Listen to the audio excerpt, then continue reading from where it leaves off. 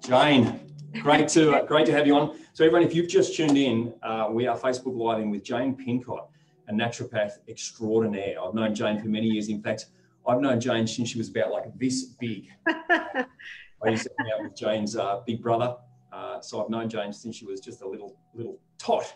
And I was probably just a slightly bigger little tot. But so Jane and I go back a long way. And Jane is amazing at getting people back in touch with looking after themselves naturally. You know, if you've heard me talk before, you've heard me talk about the importance of leading a genetically congruent life, a life that's congruent with our genes. You've also heard me bang on about hand sanitizing and face masks do not make you healthy. They may stop you from getting sick, but they don't increase health. We know that hand sanitizer actually in the long run can actually make you sick. We know that social distancing, for example, is an absolute certain way to get unwell. Now, I'm not saying don't social distance. Keep doing what you're supposed to do. But I'm saying those things don't increase health. So I want to have a great chat with Jane today about how can we increase health rather than just avoid sickness. I'm curious, Jane, tell me, what do you think about that, what I just said? Look, I think, Ben, what I've noticed with this, I think there's initially, with the situation we're in at the moment, there was initially a lot of shock around, and for some people, some grief, and finding a way through this and getting to a point where for some of us, the impact is not so great. And at the moment, it's sitting fairly positive in Australia. We're going to get out of this fairly well if we continue with what we're doing. So for some people, this has now given them the opportunity to take some time, which they don't normally have, and focus on their health. And that's been fantastic. For some of us, that's given us more time to do the things that we perhaps are struggling to do when we're under a lot of pressure. So taking the opportunity at the moment, there's a lot that you can be doing to increase your health, increase your immune system, increase your fitness. For some of us, there's actually a lot of time now. So there's heaps you can be doing. So I'm curious, do we need time? Do we really need time to do these things? Or are these things that we should be able to slot into our daily rhythm? Because at some point, 3 to 6 months from now, we're all going to be back in the busy of doing day to day. Yep. Do we then give these things up? I mean, how? Absolutely not. No. So this is maybe a time for a lot of people, a reset. This is a time to take on some new practices that they can then incorporate into their life when things return to normal. Absolutely not. But I think this is a great stage that we can be at the moment to reset some of the things and some of the habits that perhaps we had fallen into. So yeah, this is something very much to take forward. Yeah. Great. Good. Yeah. And it is easy, I think, in this climate, particularly with social distancing, particularly with people, you know, at home. We're seeing people's food consumption increase, alcohol consumption increase. Yep. I know 3 or 4 weeks ago, I seem to be regularly tucking into the chocolate chip cookies. Yeah, I think we've all done that. At the back of the clinic, and I've stopped that. Yes. But I wonder, what do people generally suck at? You're saying that, you know, here's an opportunity to reset. Here's an opportunity to take a look at your health, implement some new strategies, generally on a day-to-day basis. Before this whole corona thing started, what do people suck at? What are they not getting right that you would kind of want them to shift? I think a lot of people, like most of my work now centres around women and women's health, and I do a lot with women heading towards menopause. I do a lot with hormonal health, and I see a lot of women who prioritise everyone else bar themselves. Yeah. And the priority is to take care of their children, to take care of their family, to meet their expectations with work, to handle financial matters. There's a lot else going on, and I think people tend to slip into a place of not prioritising themselves and their own health. And then what I tend to see, the point I tend to see them at is when they hit that crisis point. So they've, as a result of not being able to put the time aside or not choosing to put the time aside and devote to their own health, I see them at a point where hormones are going crazy. Mood and stress and sleep is hugely affected. Gut health can be really affected. So I tend to see when they're starting to head into that health crisis point.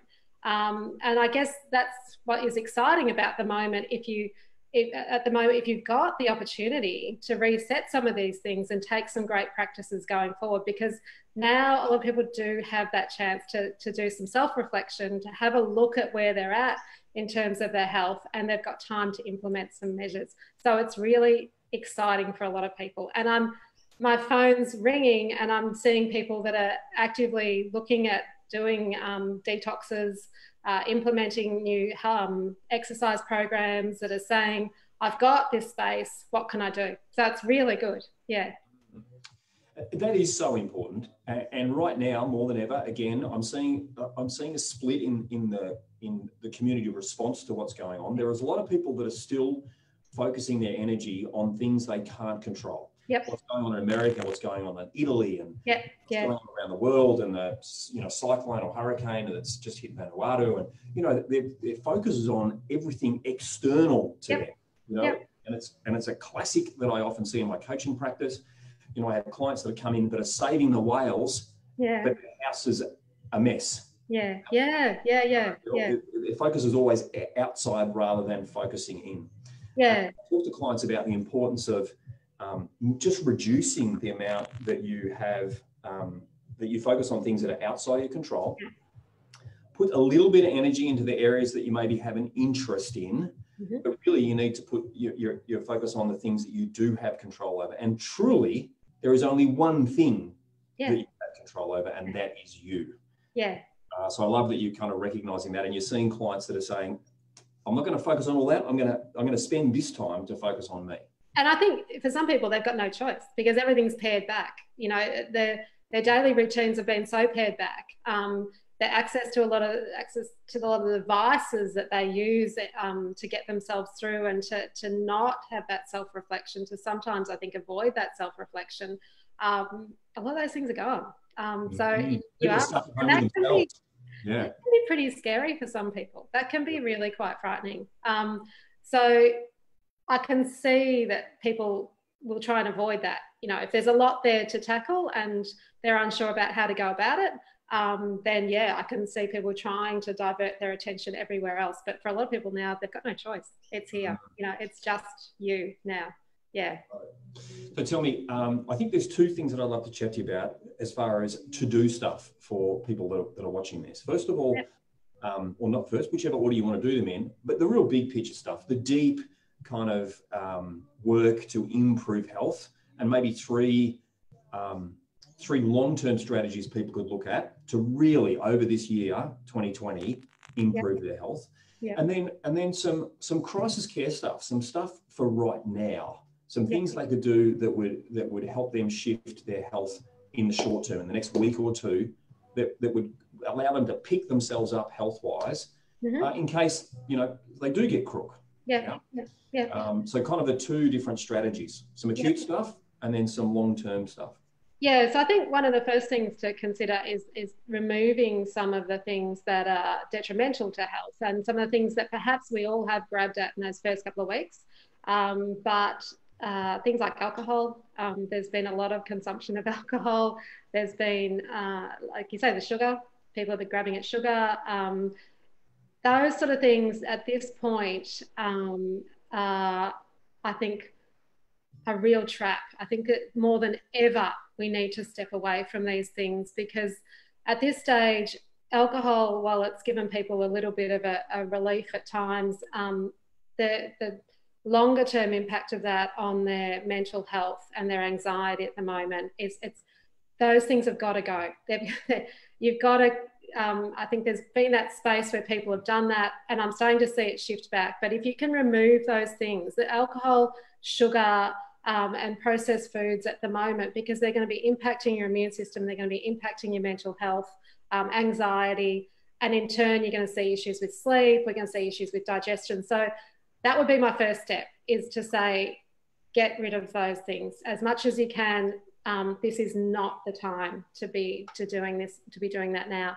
The other thing I would say is just on that, that my model around alcohol and sugars is that it borrows happiness.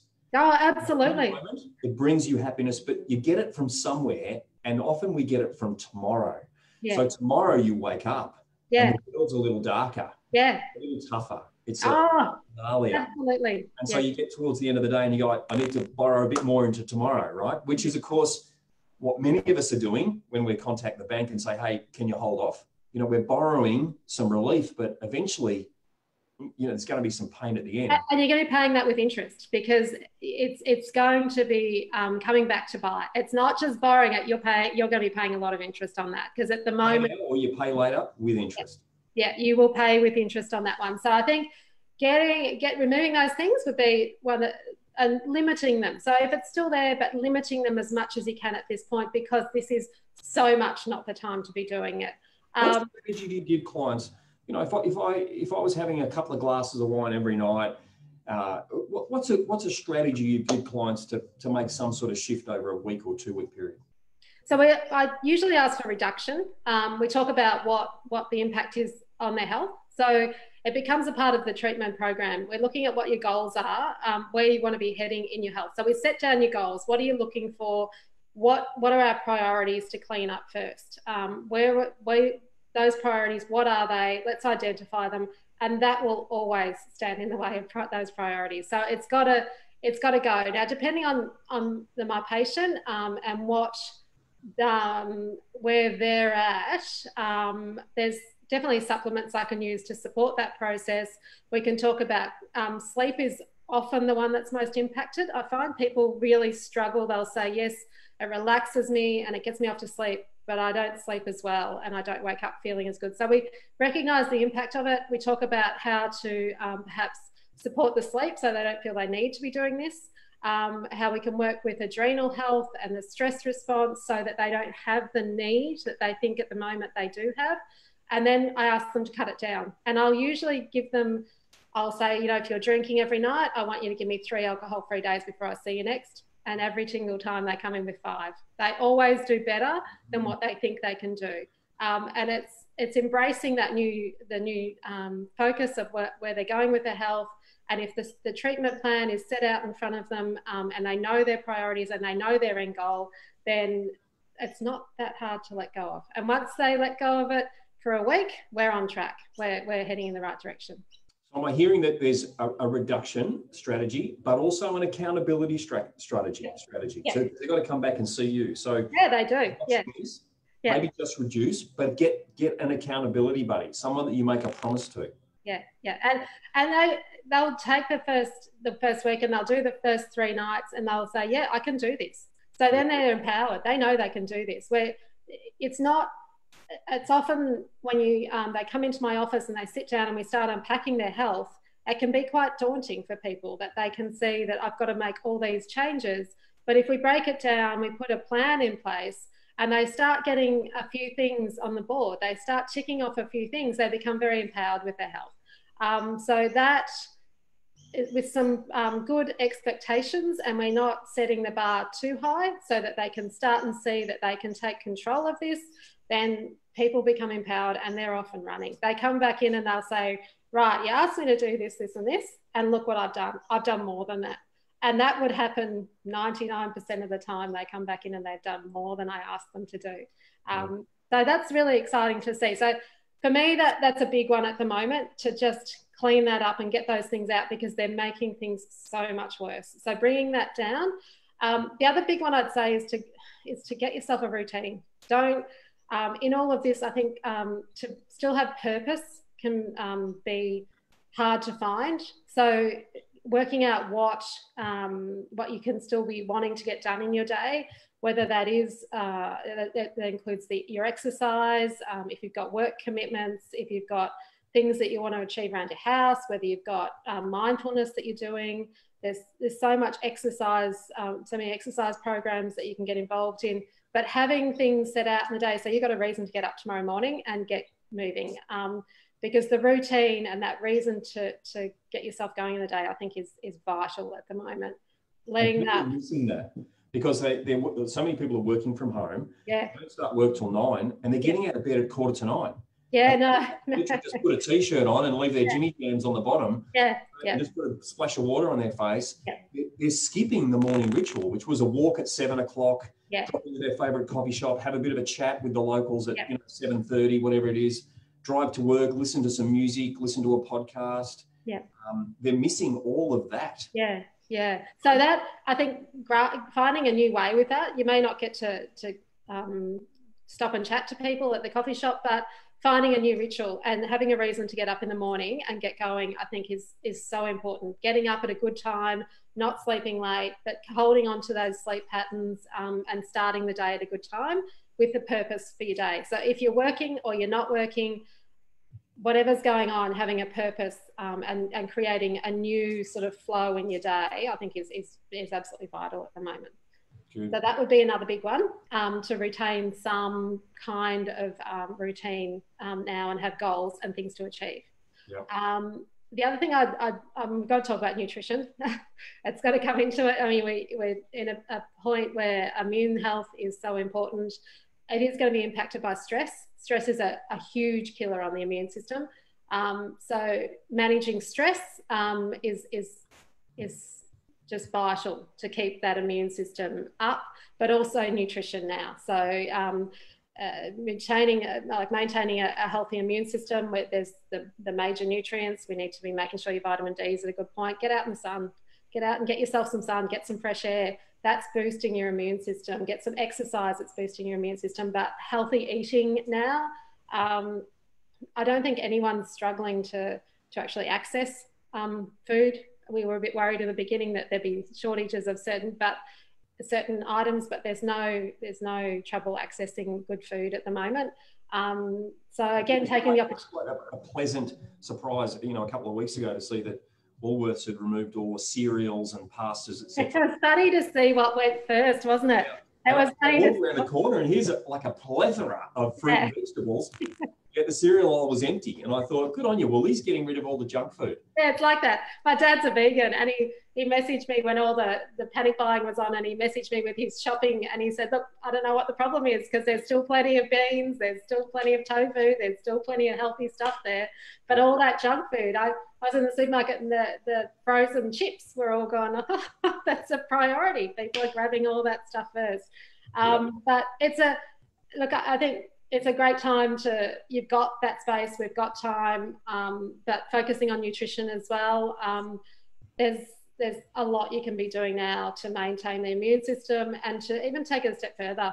Again, be putting new routines in place, putting new recipes in, putting new ways of eating, tackling whether, breakfast is something that you struggle with, to be tackling that at the moment. I'm not a big fan of breakfast. I'm going to bring that in now. Fasting might be something that people start to take on. Looking at intermittent fasting, and so that could be something that they start to explore. Yeah. A lot of people can't cook. They suck at cooking. No. And I think, and that's surprising, because there's people that, I was going to say my age, but I'm not 30 to 40. I'm a bit older than that. But 30 to 40-year-olds that can't cook, right? Yeah. They were never taught to cook. They can't cook, and unfortunately, they're teaching their kids how not to cook. Mm-hmm. So again, a great opportunity to start getting in the kitchen. What are give me your top 2 or 3 cookbooks. If you were to, if you can't cook and you want to cook and eat well, then it's probably you're not going to recommend a French cookbook. No, I don't know. There's a bit of controversy around him, and I think Pete Evans says a lot of things that he possibly is not. He probably shouldn't say. I don't agree with a lot of his things, but he still does a great cookbook. He does a lot of great, easy, accessible recipes, and which I think, when it comes to people not being able to cook, I think there's a couple of things that are essential, and one is food preparation. It's being organised. It's about rather than shopping every day, doing a weekly shop and having an idea about food preparation for the week. It's about batch cooking if you're short on time. But keeping simple recipes. You don't need, if ingredients are quality and they're fresh, you don't need a lot of ingredients in a recipe to make it feel good and taste good. It just depends what you're using. So I quite like what Pete Evans does. I think he keeps things accessible in terms of food, but it comes back to basic cooking. It comes back to simple old-fashioned cooking. It's not fancy. It doesn't need to be fancy. It just needs to be quality ingredients, minimal preparation, no processing. The less that you process foods, the better they are going to be for you. We don't need We don't need to be cutting out carbs. We don't need to be, you know, increasing our fat ridiculously. We don't need a lot of these rules. When you're worried about cooking, it all becomes, I have a lot of people that come in that say, I just don't know what to eat anymore. I have no idea what I should eat now. I'm so confused about the messages that are out there. Should I be eating this? Should I be on a paleo? Should I be on a keto? It's whole foods, it's basic foods, it's quality ingredients. Whole foods, just for people that are listening, what does that mean, whole foods? They're not processed. So if you're buying something in a box, it's a food you were talking about before in Woolies. If you're buying cereals in a box, if you're buying things that are processed, then the nutrient content of those foods is going to be lowered. Foods should resemble what they look like when they came out of the ground or picked off a tree or were, you know, the processing. Fruit and veg aisle. Yeah. Fruit and veg aisle, the fresh, you know, meat aisle. Yep. Maybe some tinned stuff, some tinned beans. Yeah, maybe. Yeah, beans. Beans are nice. Tinned beans are nice and quick and easy. So, I mean, we're not talking baked beans, are we? We're talking. No, I'm talking real beans. Yeah. But yeah, and looking at things like dairy as a condiment, it's not a food source. Look at it as a condiment. It can be great for flavoring things. But looking at whole foods, looking at basic foods that need basic preparation and they taste good because they're just simple foods. If you buy quality ingredients, they will taste good. But I don't subscribe to there being one way of eating for every single person because we're all different. And I see people that do really well on a high-fat diet because they've got fantastic liver function and they produce a lot of digestive enzymes. I see people that come in that if they have a high-fat, high-protein diet, it's diabolical. They don't produce the digestive enzymes to support that. And what I ask a lot of my patients, because some will come in and they'll say I'm a vegetarian, and I say, well, why are you a vegetarian? Was that an ethical choice? And they'll say to me, no, I've just never really liked it. And often we see children that will move away from certain foods, and this is not fussy eaters, but we'll see children that will move away from certain foods because their bodies don't like it. But we've completely lost touch with that. We don't know what makes our body feel good anymore. We're completely confused with the messages out there. So if you bring it back to whole foods and simple foods, and you listen to what your body wants, and listen for hunger cues and listen for how your body processes things and start and get in touch with that. I think that's a really great thing for people to be focusing on, to get to know their hunger. Again, it's okay to feel a hunger cue. It's all right we don't have to be in front of that and be eating before we feel hungry. So to listen to things like hunger cues and to listen to what your body wants and how your body responds to certain foods, and start and get in touch again with what your body needs and how you need to fuel your body, because we've completely lost touch with that. The messages out there are so confusing and people have no idea often now what to eat and when to eat it. Yeah, that's well said. People are disconnected. Oh, completely. Yeah. They're connected with everything else. Yeah. Less connected with themselves, and so that feels to me like that's one of the long-term strategies. Yeah. Start learning to cook. Use this opportunity to start, but long-term, continue to cook. Shop whole foods, all on the outside of the supermarket. Fruit and veg, meat, maybe a bit of tinned stuff, maybe a bit of frozen stuff. No, not frozen chips. We're talking about frozen dim sims. We're talking about frozen beans and spinach. And look, there's still room for a treat every now and again, and to enjoy that. But in general, day-to-day terms, it's minimal amount, and that's why it's not that hard cooking. It's just about getting back to simple things and paring all this back. It doesn't have to look like a gourmet meal every night. Starting to get in touch with food again, and I also recommend there's some fantastic farm gates around. We've got some great places like Torello Farm close by. We've got a lot of, and the farmers markets, places like that where you can start and eat seasonally. You look at seasonal produce instead of buying, what do we got? We get certain produce from places like South America, and, it's not the time of the year to be having it. Our bodies don't need it at that time. Seasonal produce is the best. So going to a farm gate can often be a great way to get in touch again with food, going to a farmer's market and starting to see what's in season and putting those simple, incredibly fresh, well-produced foods together. I think that a good organic tomato, you don't need to do much to it. It tastes amazing. Same with an organic carrot. You know, that there's flavour in these foods, and they can, if you're buying quality, it needs minimal processing. Yeah. I think a cookbook that I love, or a chef that I love, is Jamie Oliver and the work that he's done. Yeah. It's simple and quick, right? Yeah, So again, it's practical. Yeah, I think one of his books was great. It was the 5-ingredient book, you know, just simply 5 ingredients. And the food is phenomenal. I bought his recent book called Veg. Yep. I know the one. Yep. Again, really simple, really simple. And majority of his stuff, yes, he loves a bit of pasta, but the majority of his stuff is, again, it's whole foods. Yeah, it is. It's simple. We just got to get back to simple eating again. So that, I think now more than ever, if we're looking at immune systems and maintaining an optimal immune system, look at the quality of the food you're having, pairing it right back, and including plenty of fresh fruit and veg, some good protein, healthy fats, and some carbs in there, some good whole food carbs as well.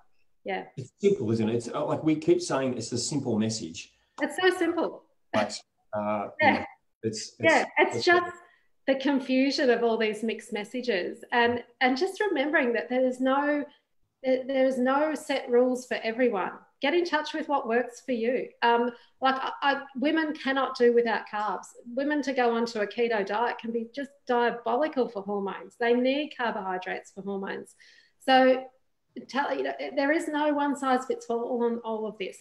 It's about understanding your digestion and also optimizing your digestion. So when digestion's not at a great place, certain foods are going to be hard to digest because they're foods that your body it needs to be in great shape. Your gut health needs to be in great shape to digest it. So also optimizing your gut health, and I mean that's something you need to probably work with a clinician with, but getting your gut health back on track would be something that I think most people need to look at. Yeah.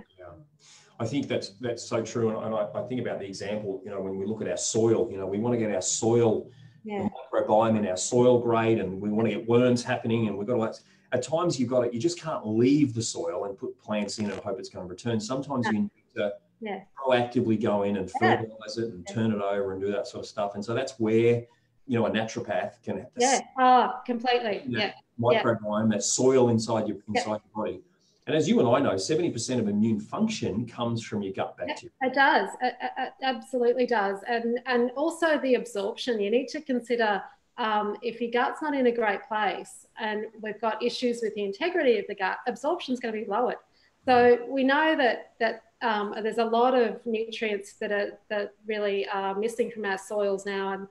And so even with a fantastic absorption, you're going to be struggling to get all the nutrients that you need from the soils and the foods that we're producing now.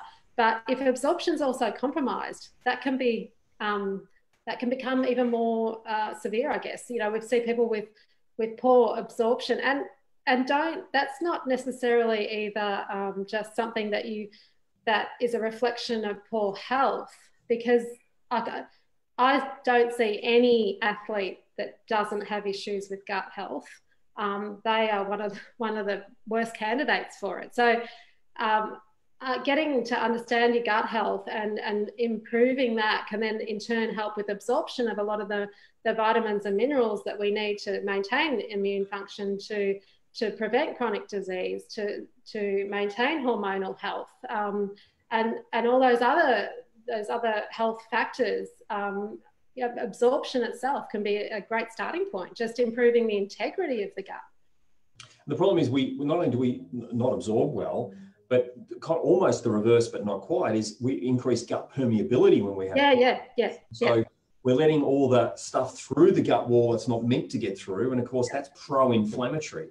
And obviously a chiropractic perspective. The effect on mental health there too, like that has a huge role in mental health, because we see inflammation then in the brain, and we know that gut-brain connection. But when you've got those metabolites that shouldn't be in the bloodstream and they're ending up floating around your body, you're going to see inflammation in the brain. You're going to see changes to mental health as well. I heard a stat, and I don't know whether you know whether this is true or not, But 90% of serotonin, the chemical that makes you feel happy, is produced by the bacteria in the gut. Yeah, yeah. 90%, right? Yeah. So, people have got low serotonin at the moment because the media's done a great job of, putting the fear of God into everybody. And their gut bacteria is poor. If you want to increase serotonin, get your gut health right. Yeah, get your gut health right. If you want to improve your mental health, get your gut health right. Because we know there's no debate on that anymore. We know that connection is proven. We need to see improvement in the gut. And equally, inflammation in the brain can affect inflammation in the gut. So we need to include that and not underplay the role of that now in mental health. So working on gut health can be such a great place to start and to increase health overall. Mm. Yeah. Awesome. Yeah. This has been so good. This has been so good, and I hope people are taking on and picking up what you are putting down. It's a good time if you've got the time, and I think some of us are, look, I'm just looking at it from where I'm sitting and amongst the people around me. Some of us are not, we've managed to not be too, in Australia now, like if this continues the way it's going, then we're going to come out of this okay. And if you've got some time now and you can focus it on something positive and turn this into a positive and grab the chance that perhaps this is providing you to have a look at your mental health, your health and make some changes with that. Grab the opportunity if you can. If you're lucky enough to be in that position at the moment where you've got the time, use this as a reset. Use it as a chance to take on perhaps some factors of your health that need to be looked at, because I think for some people it can be a great opportunity now.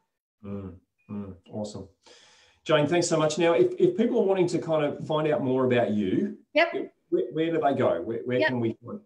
So I am at the moment doing online appointments. The facility that I work out of is closed, and just they're working so well that the online appointments that I'm kind of happy to go with them anyway, because they're working at the moment. They're working so well for people. So online appointments are going. I've got an online dispensary I'm using, so that people are still able to access their supplements and their herbs. I've got my herbal dispensary here at home, so I can send things out to people. So in terms of treatment plans, there's nothing holding us back. There's access to everything at the moment. So my website, janepincott.com, you can book through there. It's got contact details on there if people have got questions, but there was certainly nothing holding me back at the moment with my work, and I'm getting great results, and people are absolutely present in their treatment programs at the moment. Yeah, beautiful. And for those that are, kind of listening to this, I think more than ever, the kind of work you do and the work that I do in my chiropractic practice is an essential. Oh, completely. This is essential. Yep. Because you and I are delivering healthcare, not just sick care. Yeah. We need our planet to be healthier, and in the next few months, we need people to step up, and we need people to take a leadership role. We need healthy people. Yeah, we do. Yeah. And sharing that, I think, beyond yourself as well. So mothers that are home, it's a great chance. Mothers and fathers that are home at the moment, kids have got time. Great chance to teach your kids to cook, to get out and exercise with your kids. I'm doing a lot of running with my kids. I haven't had time to run for ages, but at the moment we don't have that killer routine in the morning, so we can take the time and go for a run in the morning. There's things that you can be doing with your kids as well. So sharing it a little bit beyond yourself as well at this time can be a great way to do it. Awesome. Hey, Jane, thanks so much. Have an amazing Easter break. Not too many hot cross buns. No way. I'll see you soon. Maybe a little bit of chocolate though. Thanks, Ben. Bye.